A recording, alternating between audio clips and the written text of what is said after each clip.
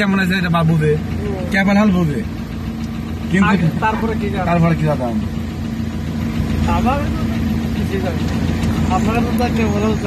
না কেবল হাল বুঝে সব কিনে বুঝাইতেন না।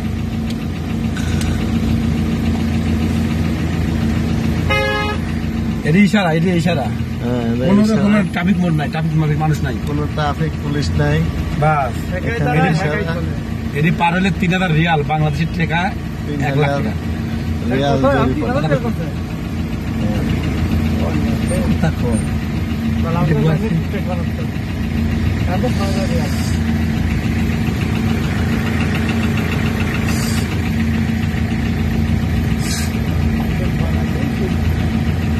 এখানে আমাদের বাংলাদেশের মতন না যে যার মতন যে ঠেলে ঠেলে চলে যাবে।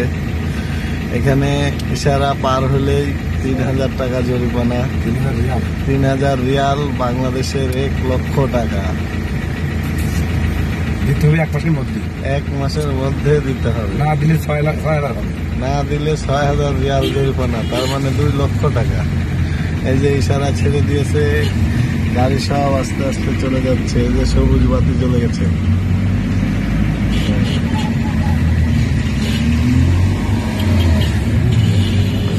এই যে ক্যামেরা ফিট করাই আছে, এইখানে ক্যামেরা ফিট করা, এই যে সিসি ক্যামেরা।